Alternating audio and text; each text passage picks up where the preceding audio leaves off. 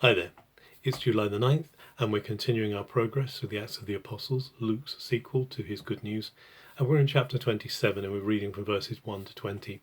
This chapter is one of the most exciting and graphic of the whole of the Acts of the Apostles, following as it does the journey of Paul on his way from Caesarea going west to Italy.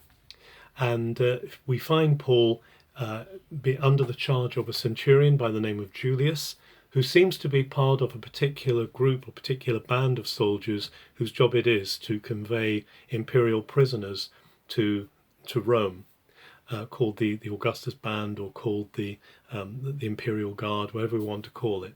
But this man is very kind and very caring, and he allows Paul, when they put in at Sidon, a little way up from Caesarea, they put in from Sidon on a ship that is taking them west, the first ship that they're on. When they come in at Sidon, Julius allows Paul to visit with some friends there and for them to provide him with some supplies for the journey.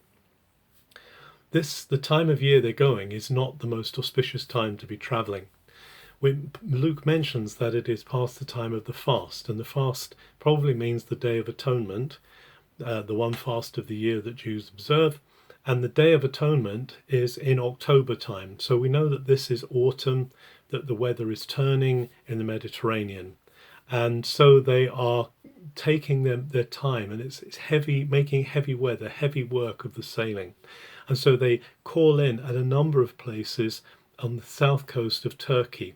And rather than go out into the open sea, they're keeping between the island of Cyprus, which is in the eastern Mediterranean, and the south of Turkey, just for some protection. And so they continue along, but then they know that they've got to set out eventually. And at Myra, a place called Myra, they change ships. And they are put onto a ship from Alexandria, which is probably carrying corn or wheat, something of the harvest, taking it to Rome. And it seems that there would have been an urgency about getting this crop to Rome before it's spoiled. And so they set off from Myra, but as they set out, they're making heavy weather. It's becoming difficult. And instead of going straight west, they end up going south to find some shelter in the island of Crete, which is a 140-mile long island south of Greece. And so they go along, right along the lee of Crete, and they end up coming into a port called Fair Havens, which is near the city, or near the settlement of Lasea. Now here there's a dilemma, because the weather is getting worse and worse. It's coming into winter time. They've not made good progress, and Paul actually says, out of his experience, of course, because he's done a lot of traveling by sea, remember, on his travels, he says, I think that we're in real danger here, not just of the boat, but also of our own lives if we continue on. But the interesting thing is, here at Fair Havens, the captain or the helmsman of the ship listens to the majority.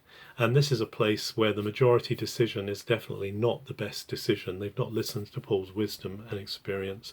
And anyway, the helmsman is probably trying to get the cargo to Rome before it perishes, or to get it to Italy before it perishes.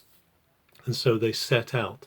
Now what happens here is that in the middle of Crete there are high mountains, and these high mountains are notorious for funneling a strong wind called the northeasterly, Eurocylon, it's called in the Greek, and it comes down from the northeast, and it's driving the ship towards the North African coast.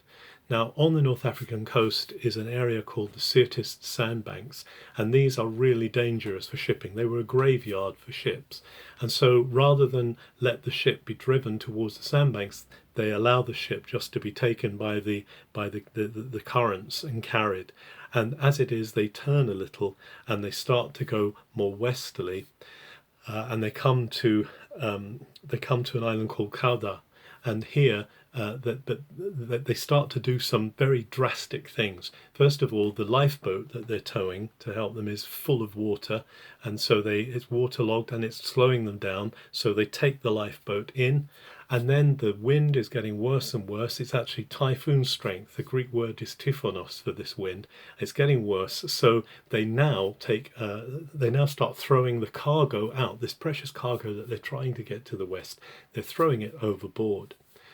And as a last resort, this is a real last resort action, they start putting ropes around the bottom of the boat, around the hull, and tightening them to try and hold the timbers of the boat together as it's being tossed and turned. And the last verse in our reading says that we didn't even see the stars at night. We couldn't see anything. It was completely dark. It's a really dark picture. And Luke says hope was gone. So this chapter is painting a fairly devastating picture of this journey that Paul and his friends are making west. But what we have to remember here again is that Paul has been told by Jesus personally that he will witness to the Lord in Rome. And Paul is holding on to God. And sometimes that's all we can do. Sometimes in these places where we feel driven by storms, where we feel driven by the winds of life, all we can do when we've tried everything else is just to hold on and say, God, I trust in you. It's what the psalmist says. You, God, are the glory and the lifter of my head, even in the midst of the darkest times. Let's continue to hold on to God, even in the midst of the storms of our life. Have a very good July the 9th.